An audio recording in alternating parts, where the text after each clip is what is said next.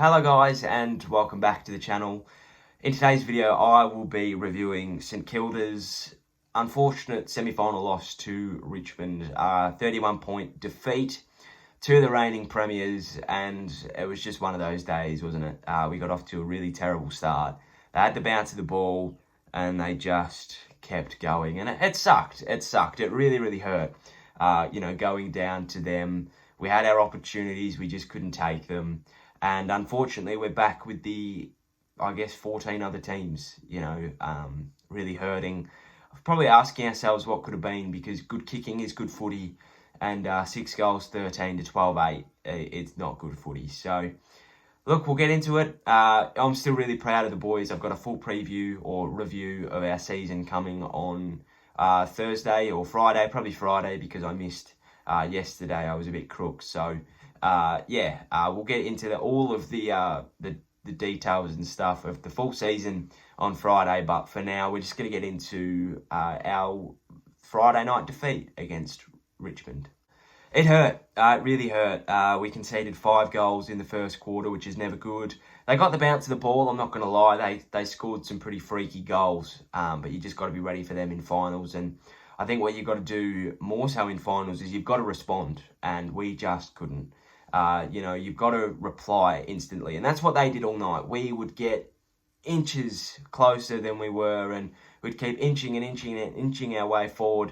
And then we'd miss, and they'd just ping-pong it down the other end, and they'd score. And that's really deflating, knowing that you've missed a sitter, and the next ball they've hit you for 6. So it hurts. It really hurts. Battle broke his foot early. He just went missing for half an hour, which is weird. It sort of feels like me when I played juniors. I'd be never in the game, but I'd be on the field, and then you just wouldn't see me for an hour, and I'd come back with 0 touches still. But yeah, he went missing, come back, broken foot, kicked a nice goal, missed a shot, but that all sort of revealed itself afterwards. And remember, he went down injured with about 5 minutes to go in the last, so that was pretty typical of our night. But we just, as I said, we just couldn't get the run going that we needed to. The arc was an absolute prick of a thing.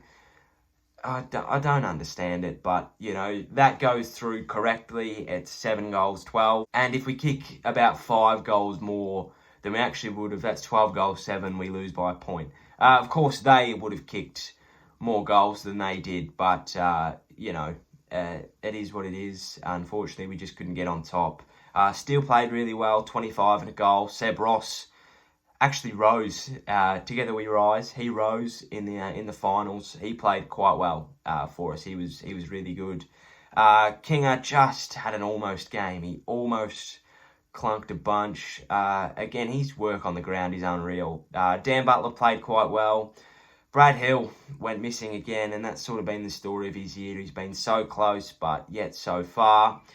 Jones and Hanbury tried really hard, but couldn't quite get anything going. And our back line, oh boy, did we miss Long and Carlisle, and Ryder as well. Now, I understand that Ryder didn't play in round 4, but he has come leaps and bounds since that game, and we really needed him. Not just for the ruck, but the forward line really struggled without Marshall there. Marsh just couldn't quite get it done, and it is what it is. Carlisle would have stuck on Lynch and just let Dougal follow Rewalt. Wilkie did an unbelievable job on Jack, but again, it just left Lynch. He was just too far one out, whereas Carlisle plays that glove, whereas Dougal plays that defensive over-the-top Superman sort of thing. Like, Dougal will go for the punch, whereas Carlisle will use the body and mark, and we really missed that because Lynch just took marks at will. He is still a flog, and I'm not going to bend that for anybody. I don't like him, but it's the way he plays his footy, and he does really well at getting under people's skin, and he really throws people off their games. What he does to do that is, it's not great, but it is what it is, and you've just got to sort of respond to that. But yeah, we missed Ben Long as well. Just his hardness around the ball, just to combat with Lynch and Cochin. We just needed that, and our midfield and our defence were just a little bit too cute, I felt. But yeah, we just needed somebody to come in and clean people up, make the hits hard, and to really... it was just a missed opportunity all around, wasn't it? Some good things though. Steele played really well. We had some periods in that game where we just owned the ball. We just couldn't score from it. We had possession. We had the run. We had the zones. We were one out. We had defended really well. We just couldn't quite put it together. And that's a shame. We really deserved a better showing than we did. And especially when we worked so hard to hit the post and then they'd go down with 2 kicks and kick a goal. It was just unlucky, but they played really well and they showed that we are just under the mark. That we are so close. I think actually we are probably 5 goals off the mark, if I'm honest. I think with our with our outs in, we're probably a 2-goal better team. So I think it's probably a 3-goal loss.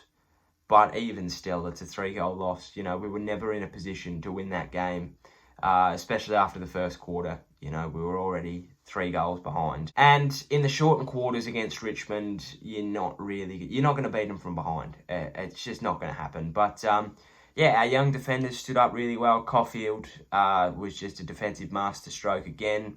Hunter Clark played quite well, but it wasn't his best game. Wilkie, when he emptied his pockets, Jack Rewalt was in there as well. Dougal played all right. He actually, and I can see why he got 3rd in our best and fairest. He's a good player.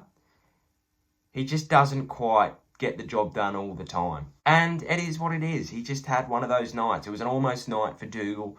It was an almost night for the whole team. Marshall got a bath. He didn't really, but I think what our issue is that our clearances just got taken from us, and that's where we miss Gresham so much. But I think next year, and I'm going to get into it in the preview, I guess January or February, providing who we get in the trade period, if we can get Jai Caldwell and move Gresham to a permanent small forward on a rotation with Caldwell, that's going to be the best case scenario because Caldwell wins clearances. He's really clean with it. He's a better midfielder than Gresh. And that allows Gresh to go and play his natural role as a forward. And yet, if Caldwell goes off, Gresh just slots straight up. It's a win-win scenario. So that's who I really hope we get. I heard that Carlisle's getting offered a new contract. So that's awesome. Patton needs to be offered a new contract ASAP. And hopefully we can get Caldwell as well. I don't want Ben Brown, though. I do not want him. I've never been so strong about this. I need us to keep our key position players as they are. I need our ruckman to remain just Ryder and Marshall. I need our forward line to consist of Ryder, Marshall, Membry, King and Battle. That needs to remain. And I need our key backs to remain as Dougal and Carlisle and Wilkie.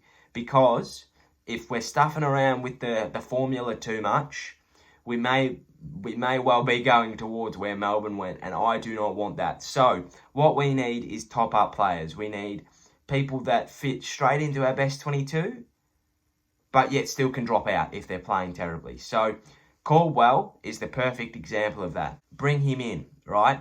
He's probably best 22 if you do a bit of shuffle round, because I feel like Seb Ross has sort of been one player away from dropping out, and I think that Caldwell at the tender age of 20 can slot straight in. He's a lifelong Saints fan, so this is going to be a dream come true for him, I would assume. That sounds very arrogant. But, he'll slot in. He'll want to play for his spot. Just imagine. It'd be awesome. That midfield would be rolling. So that's what we need. But look, the Tigers played well, to their credit. I'm sort of trying to become a little bit more neutral here. They played really well. Their midfield absolutely purred. They mowed it along. And they played really well. Shai Bolton played a ripper, and that first quarter set them up. Sure, they got some lucky bounces, but you put yourselves in those positions, and they were doing that really well. Dustin Martin played all right. The commentators really hyped him up. I think he played a great game, but definitely wasn't a Brownlow medalist performance, I don't think. He's not going to win the Brownlow this year. But yeah, look, I thought he played quite well. I thought they played really well. If Tom Lynch kicks a couple more, it probably blows out a little bit more. But it is what it is. We'll take a 5-goal lead to the reigning premiers in a semi-final. So look, I don't really think there's much more to go over. It was disappointing, but we tried. I was really proud of our fight. and whatsoever. So that was really good. But yeah, thank you for watching. If you enjoyed, please give us a like and a subscribe down below. Port Adelaide and Richmond preview coming tomorrow, Wednesday, and Geelong and Brisbane, or Brisbane and Geelong, coming Thursday, as well as a full St Kilda 2020 review coming on Friday. So a bunch of stuff happening there. Look out for it all. Hope you've been enjoying the channel at the moment. Have a great day. Cheerio, sayonara, and goodbye.